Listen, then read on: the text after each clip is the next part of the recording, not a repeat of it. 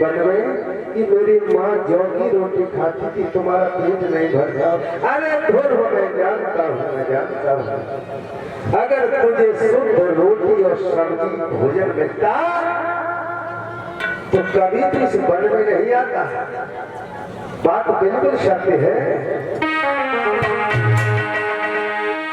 जब भर पेट अन्न जब मिलता है इस इंसान को,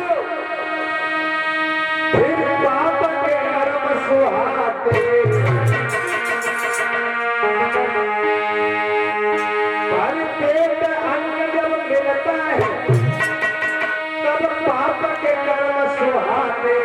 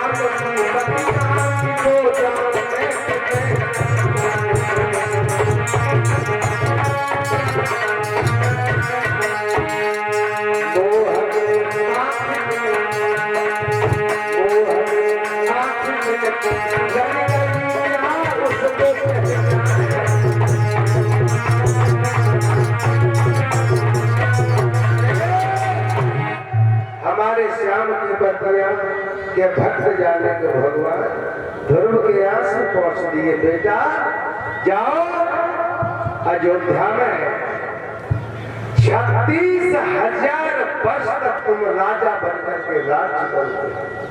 36,000 वर्ष का भगवान ने वरदान दिया। उसके बाद तुम वन में जाओगे, फिर भजन करोगे, तुम्हारे लिए विमान आएगा। 36,000 वर्ष तक ध्रुव ने राज्य किया, फिर वन में गए, भजन किया, विमान भेजा है।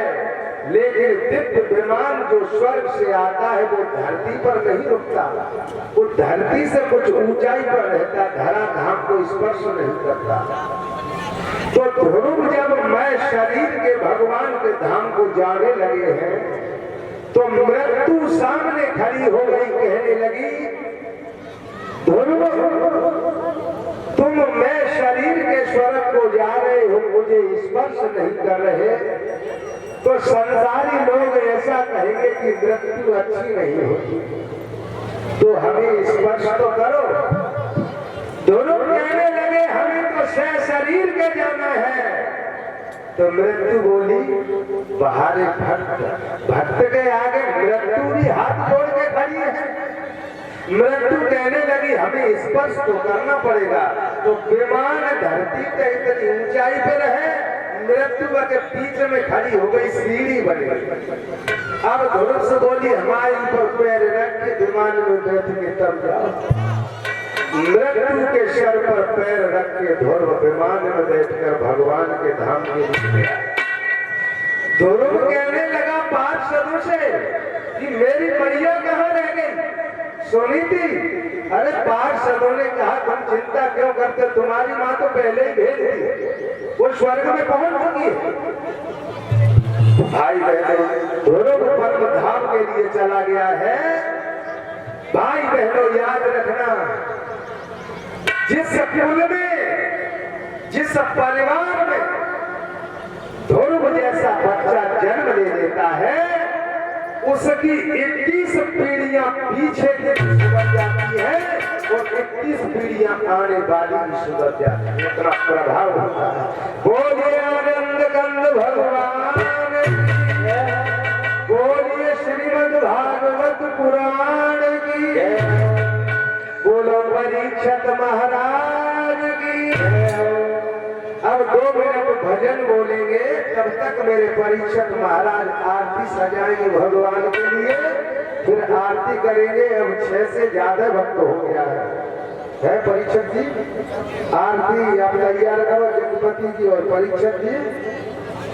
2 मिनट भगवान का कीर्तन बोल